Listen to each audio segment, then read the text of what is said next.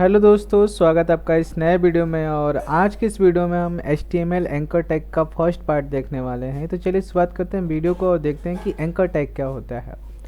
तो anchor tag का इस्तेमाल किया जाता है एक्सटर्नल पेज लिंक का या अदर साइट लिंक को लिंक करने में। अभी यह समझ में नहीं आया बट मैं इसको इजी एक्सप्लेन कर देता हूँ। जैसे कि अगर आपने एक वेबसाइट बना लिया और अगर आप किसी और की वेबसाइट का लिंक अपने वेबसाइट में यूज करना चाहते हैं तो उसे एक्सटर्नल पेज लिंक कहा जाता है। ओके, मीन्स अपने वेबसाइट में अगर आपने किसी और की वेबसाइट का लिंक ऐड करना हो तो एंकर टैग का इस्तेमाल किया जाता है। एग्जाम्पल के लिए अगर हम अपनी वेबसाइट में किसी फेसबुक का जो चैनल होता है या अपना प्रोफाइल होता है उसको लिंक करना, यूट्यूब के किसी वीडियो को लिंक करना बट अपने ही वेबसाइट में।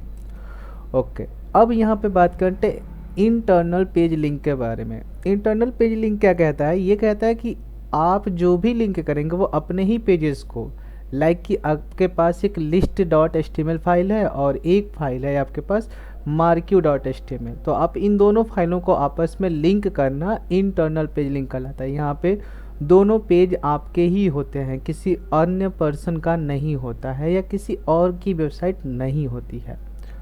अब यहाँ पे एक मेल टू लिंक आया है, इसका यूज किया जाता है मेल भेजने के लिए। हालांकि इस वीडियो में हम उसको कवर नहीं करेंगे बट जानने के लिए ज़रूरी है, हो सकता है नेक्स्ट हम कभी इसको भी कवर करें। अब एंकर टैग को हम हाइपर लिंक भी बुला सकते हैं क्योंकि यह एक तरीके से पेजेस को लिंक करता है, इसलिए हम इसका नाम हाइपर लिंक भी बुलाते हैं। तो चलिए स्टार्ट करते हैं प्रैक्टिकल को और देखते हैं कि इसे कैसे किया जाता है। सबसे पहले हम नोटपैड में आ जाते हैं और यहाँ पे टाइटल पे हम कुछ एंकर टैग करके लिख लेते हैं। ओके, क्योंकि हम इसमें यही पढ़ने वाले हैं। और यहाँ पे एक हेडिंग लिख देते हैं एंकर टैग और इसको H1 से बंद कर देते हैं। फाइल को जाते हैं, सेव करते हैं डेस्कटॉप पे anchor.html।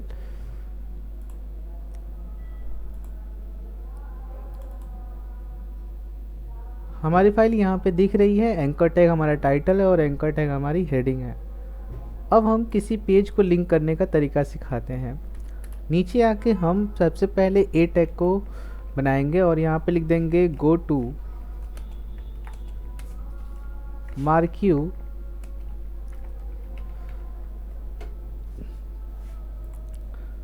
पेज।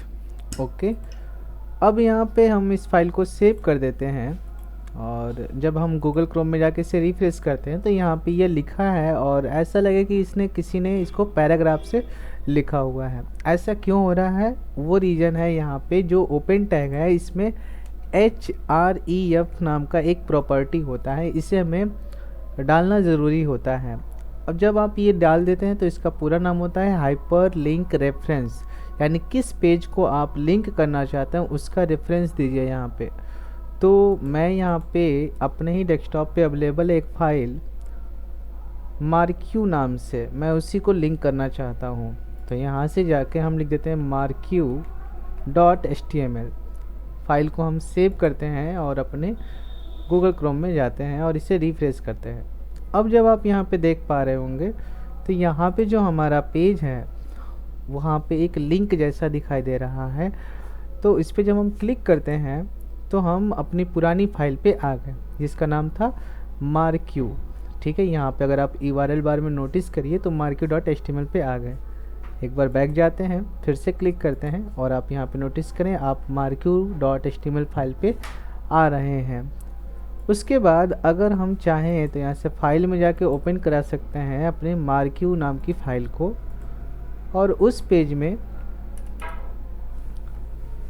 हम यहाँ पे भी एक लिंक लगा सकते हैं href और इससे बोल देते हैं गो टू एंकर पेज और इसका href हम सेट कर देते हैं anchor.html।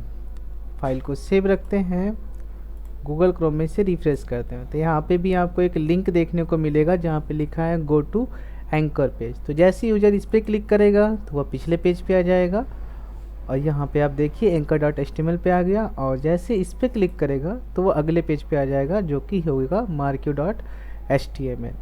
तो यहाँ तक तो क्लियर हुआ। अब एंकर टैग की कुछ और भी प्रॉपर्टीज़ होती हैं। एग्जांपल्स के लिए यहाँ पे हम लिख सकते हैं टारगेट। टारगेट में अगर आप यहाँ पे लिखते हैं सेल्फ अंडरस्कोर सेल्फ और फाइल को सेव करते हैं, याद रहे अभी आपने marquee.html वाली फाइल में चेंजेस किए हैं। तो जब आप मार्क्यू पेज पे जाते हैं और इस पे जब आप एंकर पेज पे क्लिक करते हैं तो आप नोटिस करेंगे कि कुछ ज़्यादा अंतर नहीं हुआ है। जैसे पिछले में वर्क हो रहा था वैसे अभी भी हो रहा है। तो दरअसल बात ये है कि जो सेल्फ नाम का यहाँ पे वैल्यू हमने दिया है, इसका अर्थ ही यही होता है कि जो हमारा पेज है वो खुलेगा इसी सेल्फ टैब में। मतलब ये जो टैब अभी हम एक्टिवेट हैं उसी में ही खुलेगा, मतलब किसी अनदर टैब में नहीं खुलेगा, जो भी यह लिंक हम क्लिक करने पे खोलना है। ओके, अब अगर हम यहाँ पे वैल्यू चेंज कर देते हैं, सेल्फ की जगह ब्लैंक कर देते हैं, अंडर इसको रहने देंगे और यहाँ पे लिख देंगे ब्लैंक। फाइल को सेव किया हमने, गूगल क्रोम में जाके एक बार पेज को रिफ्रेश करते हैं और जब अब आप यहाँ पे क्लिक करिएगा तो देखिएगा कि जो हमारा मार्क्यू टैब मतलब मार्क्यू वाली फाइल थी उससे एक नए टैब में हमारा यह लिंक खुला है। हालांकि एंकर में हमने चेंजेस किया नहीं था, तो अभी आप नोटिस करिए यह इसी में खुल रहा है। और जैसे ही आप मार्क्यू वाले पेज पर से क्लिक करते हैं, देखिए फिर से एक नए टैब में खुल गया। मतलब कि अगर हम target is equal to underscore blank लिखते हैं तो इसका अर्थ यह है कि वह लिंक खुलेगा एक अनदर टैब में, यानी कि एक न्यू टैब में, और उस पेज पे कुछ भी नहीं मतलब होगा। आगे आने वाली वीडियोज में इसका काफ़ी ज़्यादा यूज होता है, बहुत सारी वेबसाइटों में यूज होता है, तो इसे जानना काफ़ी ज़रूरी है। टारगेट अंडरस्कोर ब्लैंक, यहाँ पे दो अलग अलग वैल्यू और भी होती हैं, एक होता है पेरेंट और एक होता है टॉप। तो उसको हम लोग आई फ्रेम वाले वीडियो में कवर करेंगे तो आपको अच्छे से क्लियर हो जाएगा। अभी के लिए हम उसको कवर नहीं कर रहे हैं, बट हम यहाँ पे अंडरस्कोर पेरेंट और अंडरस्कोर टॉप भी लिख सकते हैं।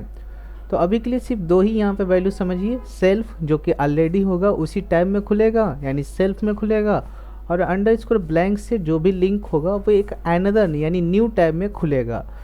तो इस वीडियो के लिए इतना ही, मिलते हैं नेक्स्ट वीडियो में। Thank you guys. अगर आपको यह वीडियो पसंद आया है तो वीडियो को लाइक करिएगा, शेयर करिएगा और चैनल को सब्सक्राइब करिएगा।